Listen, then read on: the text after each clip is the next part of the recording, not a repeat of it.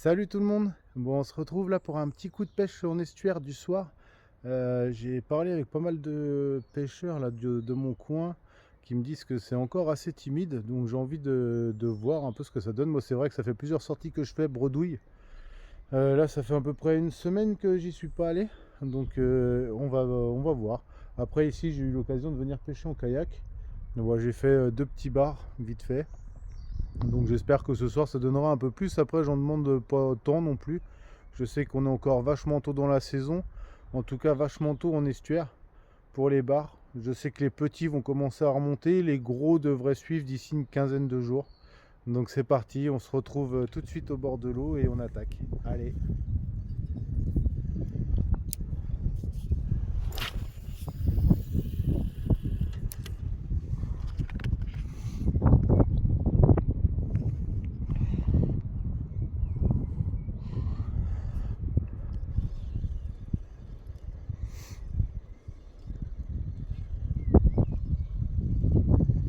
Une petite séance de pêche en estuaire.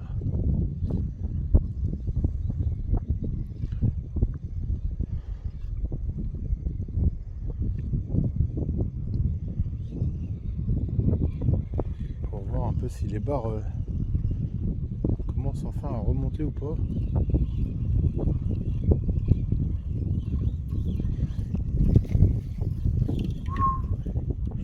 Je sais pas si vous avez vu juste devant. Alors je sais pas si c'était du bar ou du mulet.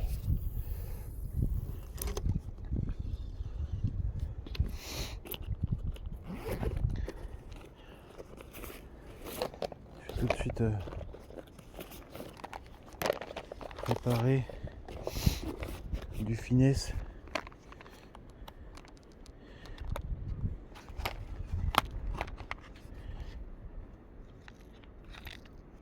On va prendre une petite créature tout de suite et un petit X-Layer Baby Bass. Hop, je vais préparer ça tout de suite dans ma poche.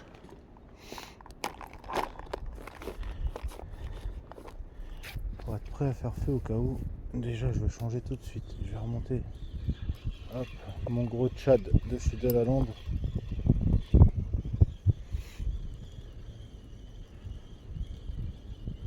Je vais rester assez haut.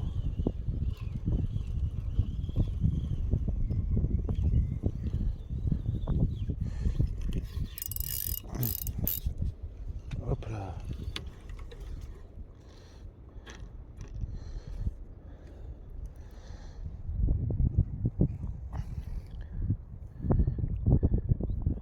Je vais le relancer une fois pour le rincer parce que là c'est pas grave.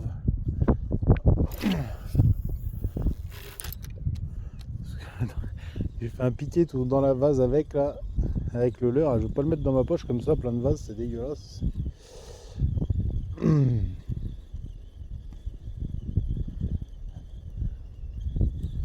Essayer de voilà.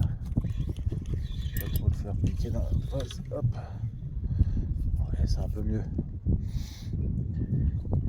Alors, hop. Je vais mettre ça, je vais ranger ça.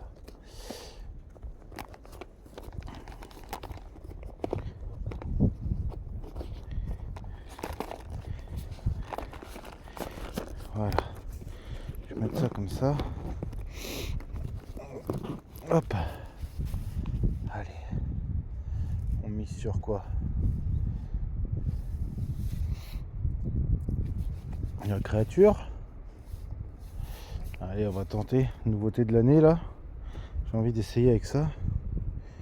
Petite créature comme ça en écrevisse. Style écrevisse. Avec une petite tête en forme de ballon de rugby là. C'est des têtes rolling. Petite tête plombée toute simple, hop. Hameçon, un petit hameçon simple, une petite tête plombée simple, une petite créature. Voilà. Bon, ça part pas loin, c'est normal, c'est tout léger.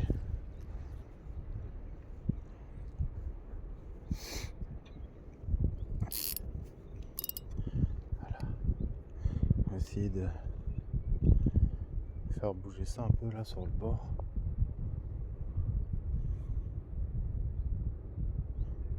Tout doucement. Alors là, quand on pêche avec des trucs tout légers comme ça là, bon, sur une canne là, c'est la Tenryu, c'est la SP82M, donc en 8-30 grammes. Il me faudrait une canne beaucoup plus, avec une puissance beaucoup plus petite pour pouvoir pêcher en finesse comme ça. Bon, c'est prévu que j'ai prévu de passer sur une toute petite canne en 2,20 m là. Je vais peut-être voir pour la, hop là, pour la fast finesse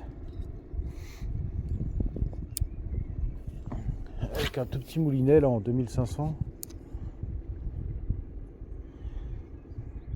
Donc là, ce qu'il faut faire attention quand on pêche très fin comme ça, mais avec une canne pas trop puissante pour pêcher avec des petits leurres, c'est les perruques. Il faut faire attention aux perruques à la tresse, parce que forcément du coup ça se déroule pas bien, et quand on mouline pour tout simplement pour ramener, et bah ça renroule mal la tresse, elle attend pas en fait sur la bobine. Hop, je vais accrocher dans le caillou en dessous.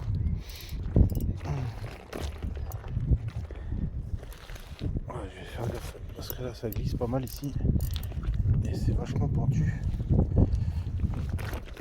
J'ai pas trop envie de me rapprocher trop près non plus de l'eau. Voilà, impeccable. Donc là, quand vous tirez comme ça aussi, des fois que ce soit n'importe où, faire attention de ne pas reprendre le leurre dans la gueule, parce que c'est des choses qui peuvent arriver très vite.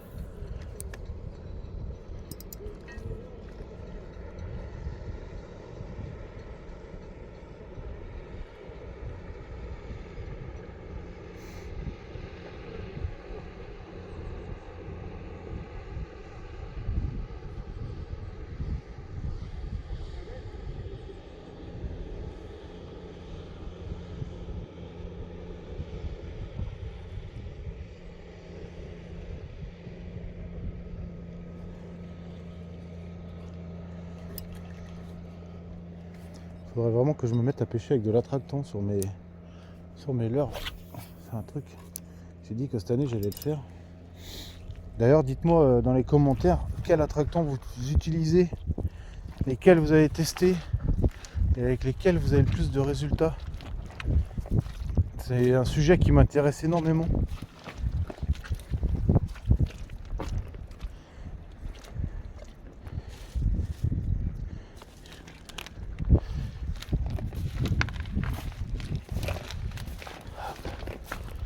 Je vais décaler un peu. Voilà. Bon là, je sais pas si mon coloris est... On va voir ça. En plus, ils sont en train de troubler l'eau là.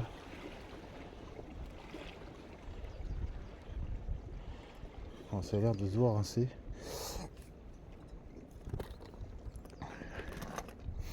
J'ai envie de... Ah, ça fait 2 bateaux qui passent. 2 bateaux qui me rendent l'eau très dégueulasse là.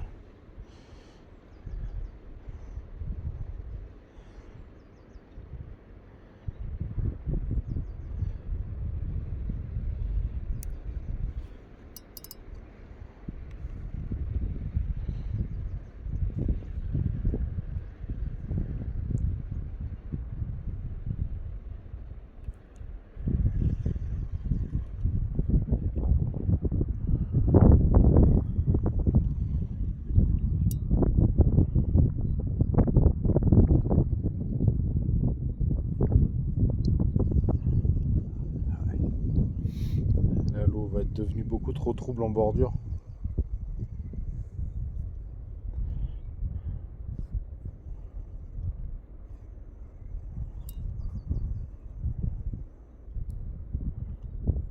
Ouais, on voit plus mon leurre. Pourtant j'ai des polars sur le nez. C'est polarisante que je suis en train de tester d'ailleurs là de chez Jublot. J'avais été voir l'opticien du coin et je voulais investir dans une bonne paire de polarisantes parce que j'avais des Décathlon qui fonctionnent très bien mais pas assez à mon goût. Et en tout cas, je cherchais vraiment une paire qui puisse s'adapter à toutes les conditions en fait, et pas avoir 36 paires de lunettes polarisantes, une pour l'estuaire, une pour la mer, une pour les conditions très ensoleillées, une pour les conditions beaucoup plus nuageuses et tout. Donc du coup j'ai pris une paire de chez Jublot, c'est les Shield. Bon, ça coûte quand même 200 €. Bon, je vous cache pas que pour me les payer j'ai dû vendre un peu de ferraille et passer un peu d'heures à dénuder des vieux bouts de fil de cuivre et des vieux moteurs électriques. On est tous pareils hein.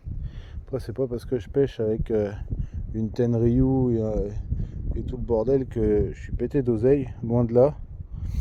D'ailleurs les Tenryu, je les ai payés les deux en plusieurs fois, en 3 ou 4, en 3 fois pour celle-ci sur je crois que c'est l'heure de la pêche où je l'avais trouvé à quasiment pas loin de 100 € moins cher que partout ailleurs. Et la SP82MH, donc en puissance 12,45, celle-là je l'avais pris chez Armor Chasse et Pêche sur Saint-Brieuc là, une boutique où les gars sont super sympas et il y a énormément de choix. Et il m'avait fait une facilité de paiement en 4 fois par chèque. Donc je les remercie beaucoup s'ils regardent cette vidéo pour ça. C'était vraiment super sympa de leur part. Enfin comme quoi vous voyez, il n'y a pas besoin d'être pété de thunes pour avoir des belles cannes. Soit on fait une cagnotte ou alors paiement en plusieurs fois. Paiement en plusieurs fois, c'est pas mal des fois hein. Bon, c'est comme si vous aviez un petit crédit quoi, mais ça permet de pouvoir se payer du bon matériel, de se faire plaisir sans dépenser une fortune d'un coup. C'est surtout ça.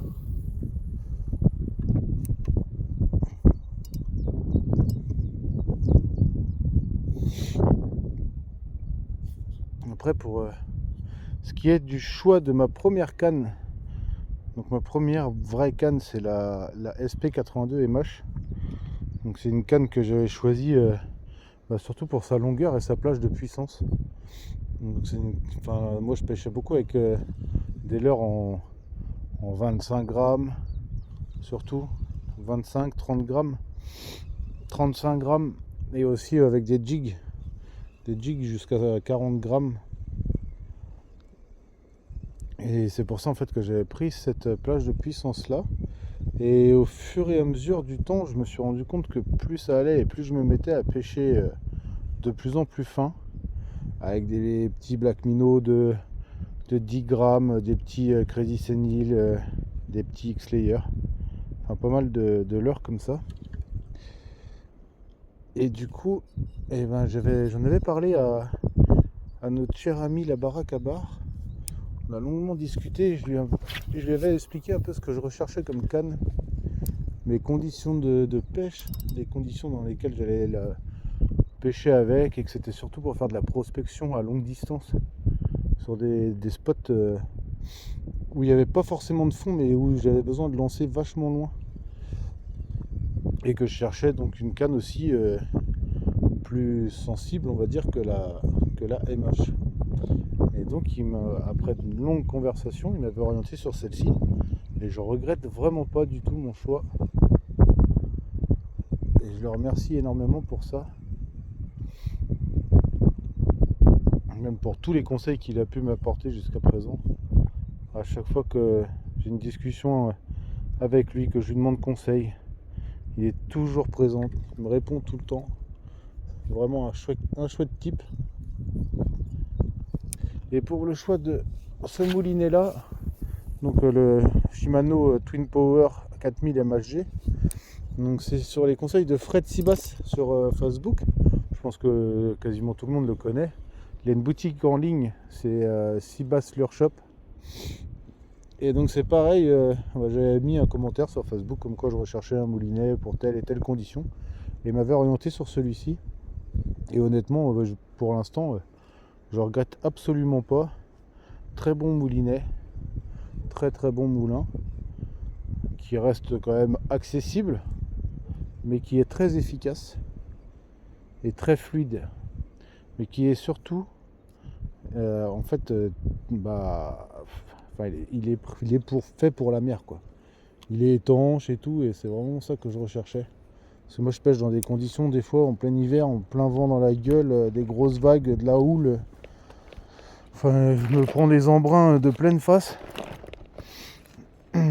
Et je pêche aussi en kayak. Donc il me fallait absolument un moulinet qui résiste à tout ça. Et donc il m'a orienté sur celui-là. Et donc merci à toi Fred. Parce que honnêtement, c'est une petite bombe ce moulinet. Bon, revenons aux choses sérieuses. Pour l'instant la mer est encore vachement basse. J'essaie de pêcher vachement fin.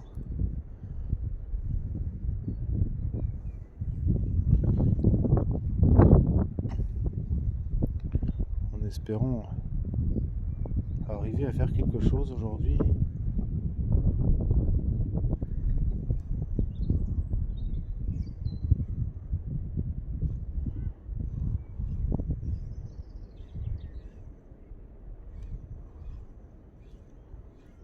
Voilà. L'eau est un peu plus claire de ce côté-ci.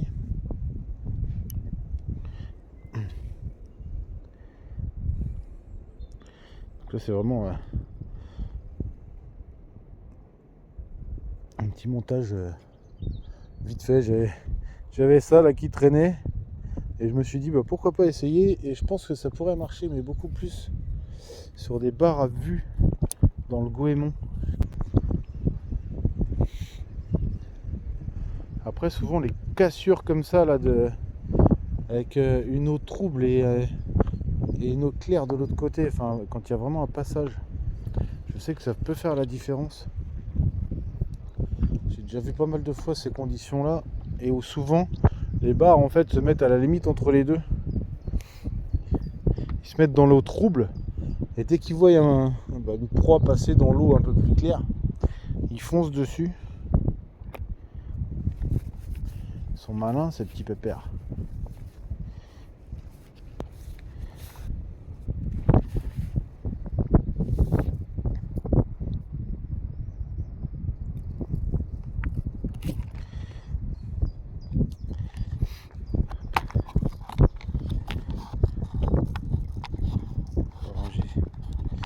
Je vais ranger ce qui est finesse là. Hop. Hop. Alors, attention en refermant les boîtes de ne pas couper les queues des leurres. Ça c'est quelque chose qui m'est arrivé plusieurs fois. C'est toujours emmerdant après de reprendre le leurre et de se rendre compte que on a été con, on a fermé la boîte à la va-vite et que malheureusement on a écrasé la queue du leurre. C'est le truc à la con qui arrive facilement quand on reste pas vigilant. Bon, j'ai remis mon gros tchad là de chez Delalande. On va voir un peu, je vais essayer de pêcher en face.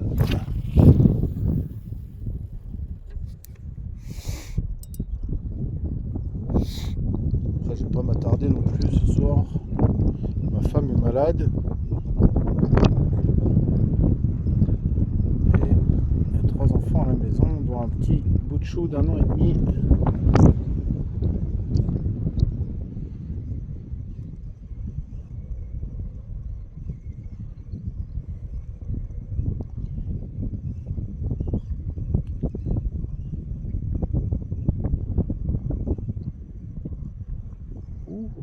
C'était quoi ça? Qu'est-ce que c'était que ça?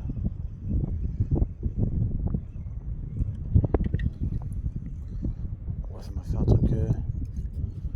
C'est venu tapé dedans là ou c'est le fil qui s'est enroulé bizarrement, je sais pas ce qui s'est passé. Un anneau qui aurait tordu un peu dans la voiture des fois.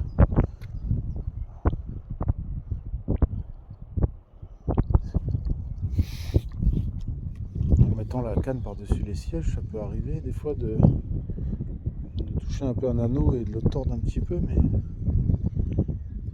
Oh, poisson, voilà. J'avais bien senti. C'est pas gros.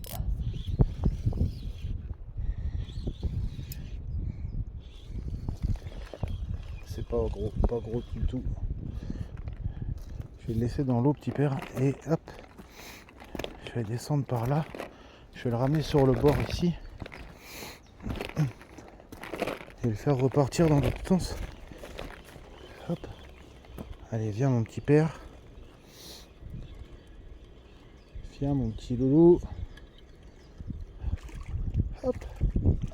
Et voilà. Hop là. Hop là. Hop. Doucement mon grand, doucement.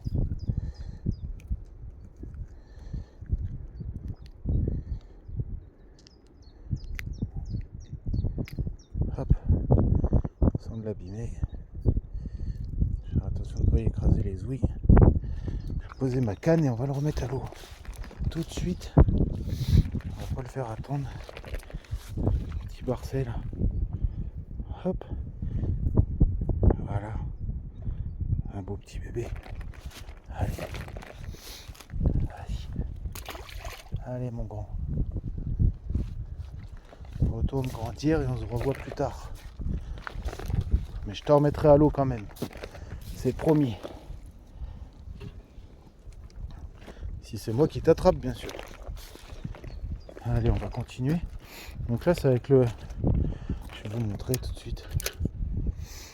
Voilà, je me souviens plus le nom, c'est un tchad de chez Delalande. Avec le dos vert et le dessous transparent pailleté. Donc j'ai vu mon pote pêcher pas mal avec ce leurre et avoir des bons résultats. Sortir du poisson avec ce leurre, je me suis dit bah tiens, c'est des leurres qui sont pas chers. Donc pourquoi pas essayer. Et bien voilà, il est validé, c'est le premier poisson que je fais avec. Allez. On va essayer d'en faire un plus beau. Il me semblait bien avoir senti une tape là juste avant. Je me demandais si j'avais pas un anneau de tordu et que le fil était un peu...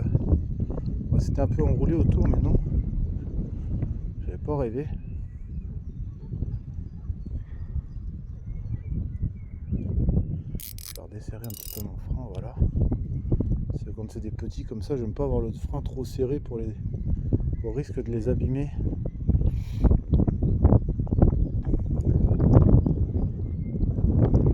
Donc c'est ce que je disais juste avant, hein, c'était vraiment à la limite en fait de l'eau trouble et de l'eau un peu plus claire où je l'ai pris. Bon, je suis désolé pour le vent les gars, mais ça souffle pas mal chez moi là. Dans les côtes d'Armor, en ce moment ça souffle. Hop, allez. Je vais essayer de pas trop exposer mon ombre non plus dans la partie claire de l'eau.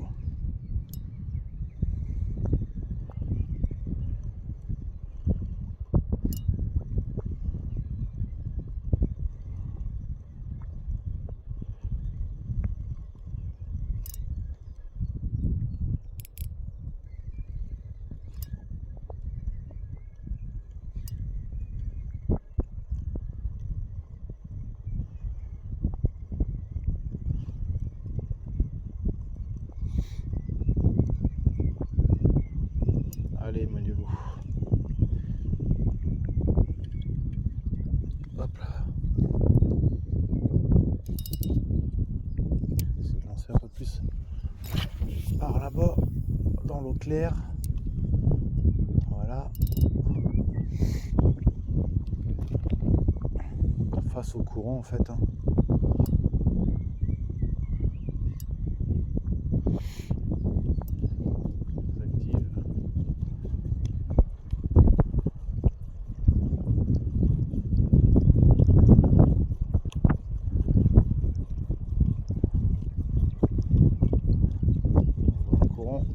pas le meilleur leurre de surface dans le courant, mais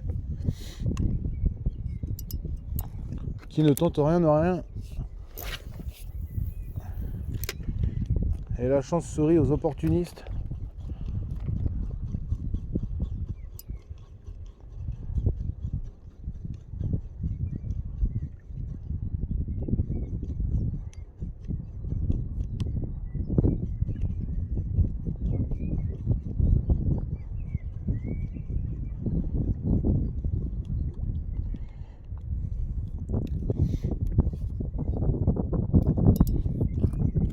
Je vais essayer dans ce sens-là de lancer et de faire remonter le courant.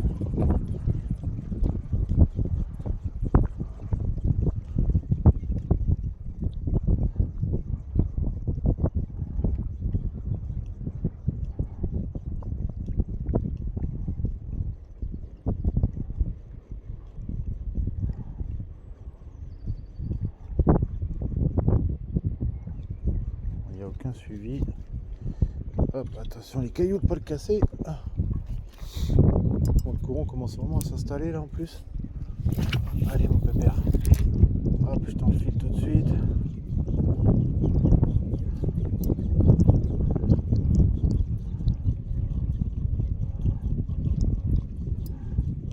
Ah, c'est compliqué. Il commence à y avoir trop de courant. Pour le super spook.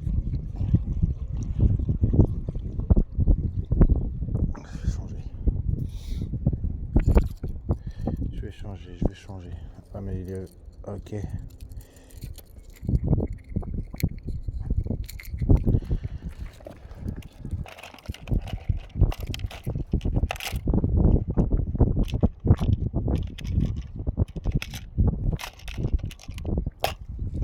Hé hé. Un Asturie 130 là. J'ai jamais testé d'ailleurs l'Asturie dans des forts courants, donc c'est le moment d'essayer. Hein, comme ça j'irai me coucher moins con. Bon déjà, ça se lance quand même beaucoup mieux. Ah ouais. Il se défend mieux.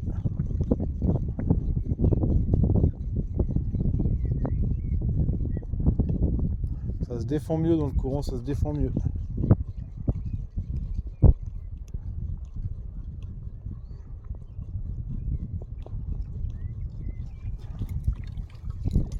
Je sais pas si ça va être une bonne solution de leurre de surface là. Je pense que ça devrait plutôt remettre un leurre souple.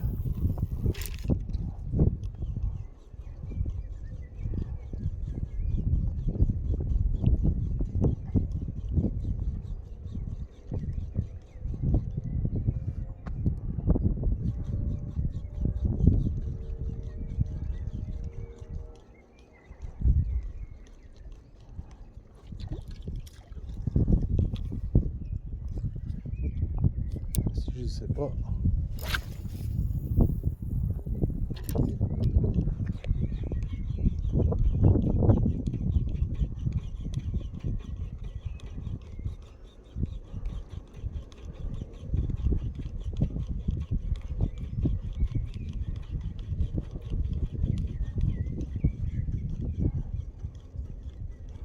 Je vais repasser sur un leurre souple. Il commençait à y avoir trop de courant. J'aurais dû tenter directement. Quand je suis arrivé, en fait, le jus n'était pas encore installé. Ça aurait été plus simple. Bon, c'est pas grave. Je vais essayer de revalider une deuxième fois le chat de chez Delalande.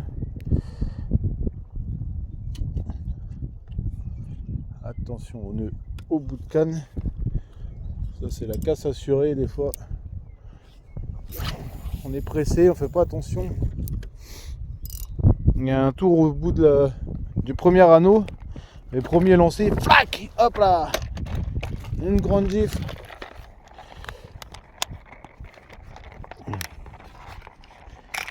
Allez, hop, tu rentres dans ta boîte. Je te range au chaud. Je te rincerai en rentrant. Allez. Du coup, c'est un de la langue améliorée. Parce que dans la queue, je sais pas si on arrive à voir en travers là. J'ai mis un rattle. J'avais mis un rattle dans la queue.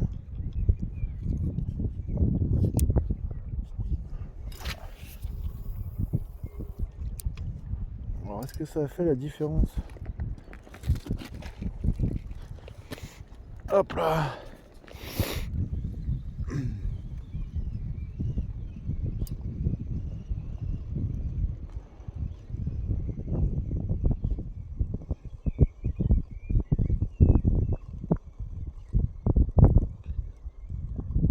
Ah. Et ben voilà.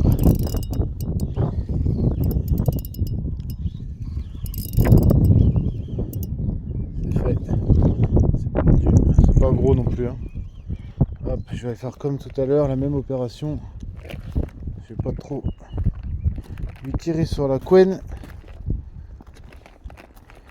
Et je vais l'amener doucement sur le bord. Allez, viens mon grand. Ouais. Allez. Tu viens. Voilà, c'est bien. Hop, et bah tu t'es décroché tout seul. Impeccable, il est juste là, juste au bord. Ça c'est beau ça. Bon bah, on peut dire que le de la lande est validé du coup de mon côté. Ça y est les copains, la partie s'est achevée. Donc deux petits bars. Donc c'est bien ce qui me semblait. Les petits commencent à remonter. C'est encore timide. Donc on verra d'ici une quinzaine ou un mois à peu près. Voir s'il y a du mieux. Et voilà, bon bah si ça vous a plu, le petit pouce bleu, le petit abonnement qui fait plaisir. Et puis on se retrouve bientôt pour des nouvelles vidéos. Et tiens, dites-moi dans les commentaires ce que vous utilisez comme lunettes polarisantes, que ce soit pour l'estuaire ou pour la mer. Ça m'intéresse de savoir. Et aussi les attractants que vous utilisez. Voilà, parce que j'aimerais vraiment commencer à utiliser des attractants dans les conditions difficiles comme là, quand les poissons ont du mal à se décider. Donc c'est un sujet qui m'intéresse énormément. Allez, je vous souhaite une bonne soirée à tous et je vous dis à très vite. Ciao, ciao.